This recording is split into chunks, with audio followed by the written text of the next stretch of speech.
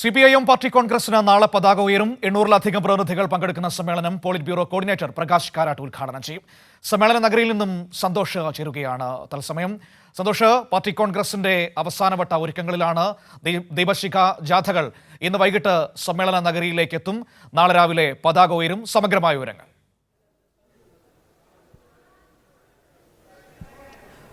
മനു, സമ്മേളന ആവേശത്തിൽ തന്നെയാണ് മധുരയുള്ളത്. മധുര എന്ന ചരിത്ര നഗരം മൂന്നാമത് CPIM-ന്റെ അഖിലേന്ത്യാ സമ്മേളനത്തിന് പാർട്ടി കോൺഗ്രസിന് വേദിയാവുകയാണ്.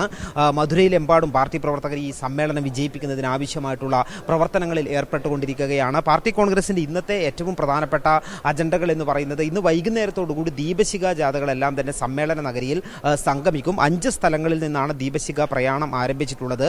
തമിഴ്നാട്ടിലെ രക്തസാക്ഷികൾ, പാർട്ടിക്ക് വേണ്ടി ജീവൻ നൽകിയിട്ടുള്ള ആളുകളുടെ സ്മൃതി കുടീരങ്ങളിൽ നിന്നാണ് ഈ ദീപശിഖ ജാഥകൾ ആരംഭിച്ചത്. അത് വൈകുന്നേരം 6 മണിയോടുകൂടി ഈ സമ്മേളന നഗരിയിൽ സംഗമിക്കും. അതാണ് ഇന്നത്തെ ഈ പ്രമുഖ നേതാക്കന്മാർ ഉൾപ്പെടെയുള്ളവരെല്ലാം തന്നെ ആ ചടങ്ങിൽ പങ്കെടുക്കുകയും ചെയ്യും. അതോടൊപ്പം തന്നെ വൈകുന്നേരം ഇന്ന് കേന്ദ്ര കമ്മിറ്റി യോഗം കൂടി ചേരുന്നുണ്ട്. ഇതിനോടകം തന്നെ നേതാക്കന്മാർ, പ്രകാശ് കാരാട്ട് ഉൾപ്പെടെയുള്ള നേതാക്കന്മാർ ഇവിടേക്ക് എത്തിച്ചേർന്നിട്ടുണ്ട്.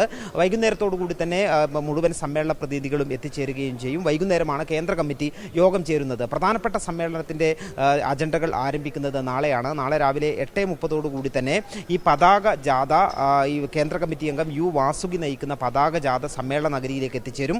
അതിന് തൊട്ടു പിന്നാലെ തന്നെ മുതിർന്ന പാർട്ടി നേതാവായിട്ടുള്ള ബിമൻ ബസുവാണ് സമ്മേളന നഗരിയിൽ പതാക ഉയർത്തുന്നത്. പതാക ഉയർത്തുന്നതിന് പിന്നാലെ പ്രതിനിധി സമ്മേളനം ആരംഭിക്കുകയും ചെയ്യും. കേന്ദ്ര കമ്മിറ്റി കോർഡിനേറ്ററായിട്ടുള്ള പ്രകാശ് കാരാട്ടാണ് ഈ പ്രതിനിധി സമ്മേളനം ഉദ്ഘാടനം ചെയ്യുന്നത്. വളരെ രാഷ്ട്രീയ പ്രാധാന്യമുള്ള ഒരു പാർട്ടി കോൺഗ്രസിനാണ് മധുര വേദിയാകുന്നത് എന്നുള്ളതാണ്. 80 നിരീക്ഷകർ ഉൾപ്പെടെ 811 പ്രതിനിധികളാണ് ഈ സമ്മേളനത്തിൽ പങ്കെടുക്കുന്നത്. മനു. സന്തോഷ് സമ്മേളന നഗരിയിൽ നിന്ന് വിവരങ്ങൾ നൽകിയത്.